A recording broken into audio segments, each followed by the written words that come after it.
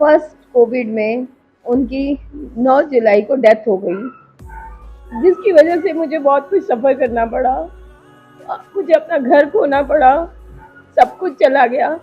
मेरी इंटेस्टाइन खराब हो गई थी, जिसकी वजह से मेरा मेजर ऑपरेशन था। सेकेंड टाइम फिर मेरी हर्निया स्टार्ट हुई, उसके बाद वो भी मेरा मेजर ऑपरेशन था। जब मैं ऑपरेशन में जा रही थी तब भी मैंने डॉक्टर से यही बोला, डॉक्टर साहब मुझे अपने बच्चों के लिए वापस आना है, क्योंकि मुझे जीना था अपने बच्चों के लिए।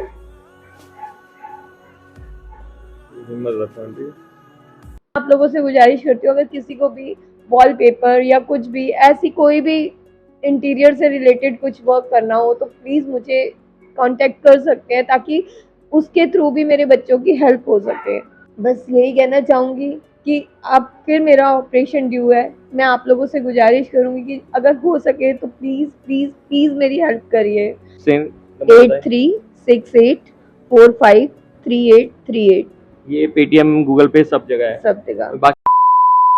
Hello everyone, welcome back to my channel happiness blog with Happy Sharma. और हैप्पी शर्मा के साथ आज कौन है? ऋतु जैन। ऋतु जैन जी आज हमारे साथ क्यों है मैं अभी आपको बताऊंगा। अभी मैं आपको तो पहले एक चीज बताना चाहूंगा। आपको पता ही है मेरे चैनल का मकसद ऑलवेज क्या होता है, लोगों की लाइफ में हैप्पीनेस लाना और आप सबके फेस में स्माइल लाना। तो इसलिए आज मैं ये वीडियो आप सबके सामने लेकर आया हूँ और इनको आपसे रूबरू कराने लाया हूँ। इन्होंने मुझसे कांटेक्ट किया, मुझसे मिले और मुझे अपने बारे में बताया। तो मुझे लगा ये इनकी स्टोरी है वो आप तक पहुंचनी चाहिए, ताकि इनकी थोड़ी हेल्प हो सके और आप इंस्पायर हो सके कि इन्होंने इतना संघर्ष किया अपनी लाइफ में और अभी तक कर रहे हैं। और हम चाहेंगे तो इन्हें संघर्ष से छुटकारा मिल सकता है और इनकी लाइफ में भी हैप्पीनेस आ सकती है। तो अब इनके मुंह से ही सुनते हैं इनकी लाइफ में क्या क्या हुआ, इन्होंने क्या क्या फेस किया है। रूह आपकी भी कांप जाएगी, प्लीज आराम से सुनिएगा उन्होंने क्या क्या चीज़ किया और आज भी ये फेस कर रहे हैं। चलो ऋतु जी से जानते हैं। हेलो, मेरी आप सबसे गुजारिश है, जो भी मैं आपको बताने जा रही हूँ आप उसको ध्यान से सुनिएगा और प्लीज़ प्लीज़ जितनी हेल्प हो सके आप मेरी करिएगा। एक्चुअली मेरी शादी हुई 2003 में। मैं बहुत अच्छी ज़िंदगी जी रही थी, मेरे हस्बैंड और मैं बहुत खुश थे। हमारे घर एक 2004 में हमारे घर में एक बिटिया आई, जो हमारे घर में बहुत खुशियाँ लेके आई। हम लोग बहुत अच्छी, जिसे कहते हैं ना, हैप्पीली लाइफ जी रहे थे। शायद कहते हैं ना कि जब दिन आता है तो रात भी आती है और जब रात होती है तो दिन भी होता है। मैं इसी को देखते हुए बस अपनी ज़िंदगी को जी रही हूँ, क्योंकि मुझे जीना है, किसी और के लिए नहीं, अपने 2 बच्चों के लिए। आज कुछ टाइम के बाद मेरे 2 साल के बाद में हमारे घर में फिर खुशी आई, हमारे घर में बेटा आया 2006 में। 2006 में मेरे बेटे के होने के बाद मेरे हस्बैंड का प्रमोशन हो गया, उनकी जॉब बाहर हो गई। तो उसके 1 डेढ़ साल बाद मेरे हस्बैंड बाहर न्यूयॉर्क चले गए। न्यूयॉर्क जाने के बाद काफ़ी टाइम उन्होंने वहाँ पे जॉब करी। हम लोग बहुत खुश थे, वो वहाँ से हमें सारा फाइनेंस सारा वो प्रोटेक्ट करते थे। उसके बाद सडनली हमें हुआ कि नहीं, या तो आप यहाँ शिफ्ट हो जाओ, क्योंकि हम लोग तो बाहर जाना चाहते नहीं थे। तो क्योंकि इंडिया इज़ द बेस्ट, तो मैं इंडिया छोड़ना चाहती नहीं थी। तो उसके बाद क्या हुआ, मेरे हस्बैंड ने डिसाइड किया कि वो यहाँ वापस आ जाएंगे। उन्होंने सडनली जैसे ही अपनी जॉब पे रिज़ाइन किया, तो वो जैसे ही आने के लिए रेडी हुए तो वो बर्फ़ में गिर गए। बर्फ़ में गिरने के बाद वो 1.5-2 घंटा बर्फ़ में ही पड़े रहे, जिससे कि उनकी आधी बॉडी ने वर्क करना बंद कर दिया। कैसे गिरे? एक्सीडेंट हुआ उनका? एक्सीडेंट हो गया था वहाँ पे। आई थिंक जो बर्फ़ होती है उसमें गड्ढे होते हैं, पता नहीं लगता। तो वो उसमें गिर गए थे। तो वहाँ रोड पे कोई आता जाता नहीं है, तो किसी को पता नहीं लगा, तो जिसकी वजह से वो 2 घंटे उसी में रहे, जिसकी वजह से उनकी आधी बॉडी ने काम करना बंद कर दिया था। उसके बाद हमने काफ़ी स्ट्रगल किया, क्योंकि जॉब तो थी नहीं, तो कोई इंश्योरेंस भी नहीं था, तो जो भी था वो खर्चा हमें ही करना था। यहाँ हमारा एक बहुत प्यारा सा घर भी था, जो कि देखते ही देखते उनके इलाज के चलते सब खत्म हो गया। उसके बाद सडनली फर्स्ट कोविड में उनकी 9 जुलाई को डेथ हो गई, जिसकी वजह से मुझे बहुत कुछ सफ़र करना पड़ा। मुझे अपना घर खोना पड़ा, सब कुछ चला गया। उसके बाद अगस्त में मेरा ऑपरेशन हो गया।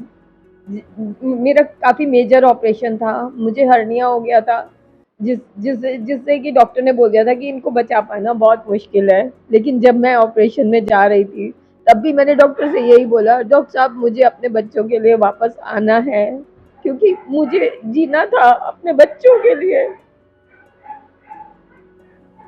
हिम्मत रखो आंटी, रो मत, कोई नहीं, सब सुन रहे हैं आपकी आवाज। मुझे कहीं से कहीं तक कोई हेल्प नहीं थी, मेरी मदद करने के लिए कोई नहीं था। उसके चलते हमारा जो मकान में से जितना भी थोड़ा बहुत भी फाइनेंस था, वो सब मेरे ऑपरेशन में लग गया। मेरे फर्स्ट ऑपरेशन में 4.5 लाख रुपए खर्च हुए, जो कि हमने उससे दिए और कुछ लोगों ने मदद करी। उसके बाद फिर 1 साल बाद मेरा फिर ऑपरेशन ड्यू हो गया, मुझे फिर से रिक्रिएट हो गया था हर्निया।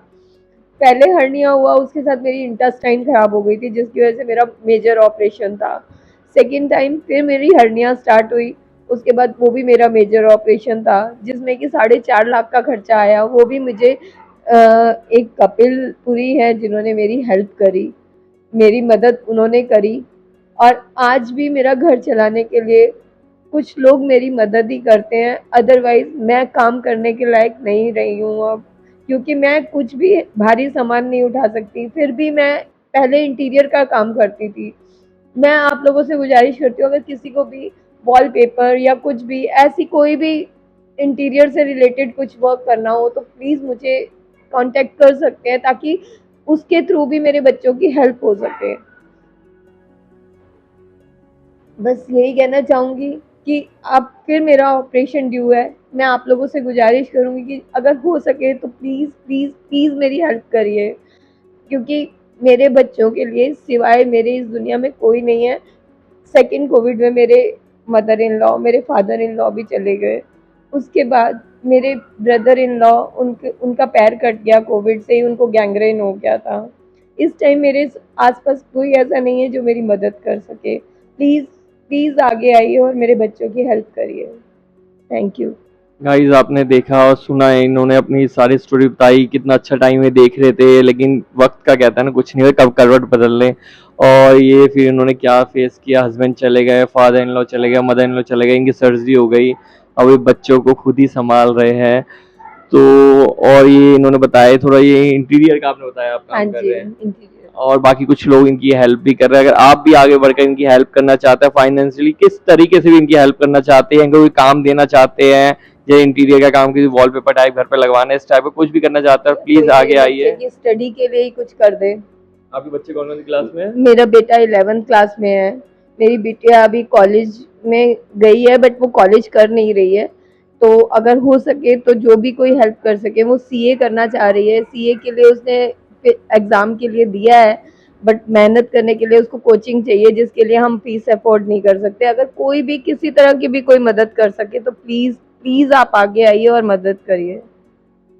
सही बात है, स्टडी आगे करने के लिए भी इंसान को पैसा चाहिए, लेकिन पैसा इनके पास है नहीं। सिर्फ बच्चे की, इनकी जो बेटी है उनकी स्टडी भी रुक गई है।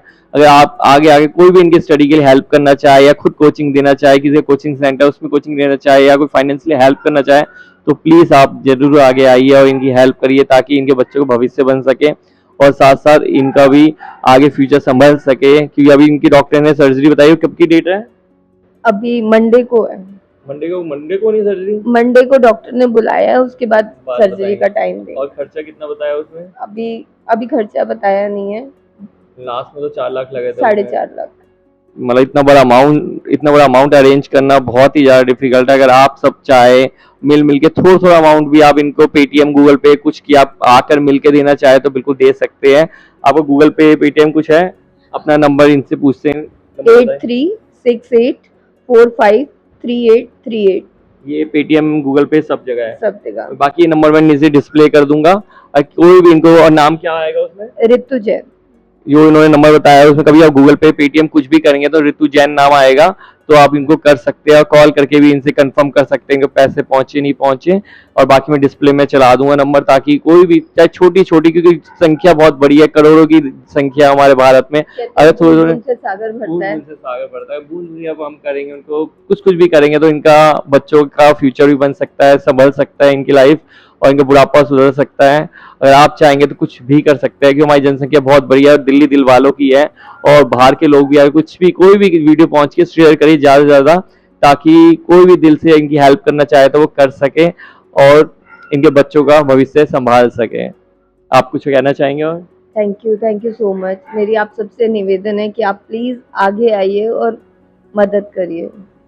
बस इन्होंने बता दी, इन्होंने आपसे गुजारिश करी है, आप इनके आगे आकर इनकी मदद करिए। अब अब आपके हाथ में इनका भविष्य, इनके बच्चों का भविष्य। प्लीज मेरी आप सबसे रिक्वेस्ट है, फाइनेंशियल जितनी ज्यादा हेल्प कर सकते हैं इनकी करिए, और ज्यादा वीडियो शेयर करिए, ताकि आप नहीं कर सकते कोई दूसरा बंदा तो कर सके। इसलिए जितनी वीडियो शेयर होगी उतनी इनकी ज्यादा हेल्प होगी, और अपने दोस्तों को सबको आप बताइए ताकि वो लोग इनकी हेल्प कर सके और इनका भविष्य, इनके बच्चों का भविष्य संभाल सके। मैं ये नहीं कह रहा आप 10 लाख एक साथ कर दो, अगर आप 10 रुपए भी अगर करेंगे, इतनी बड़ी जनसंख्या है, थोड़े भी सब करेंगे, इनका भविष्य संभल सकता है, वो सब आपके हाथों में। अब गाइज मैं आपसे मिलता हूँ नेक्स्ट वीडियो के साथ। नेक्स्ट ऐसी कोई वीडियो है जिससे आपकी लाइफ में हैप्पीनेस आ सके और इन जैसे किसी की भी लाइफ में भी हैप्पीनेस आ सके।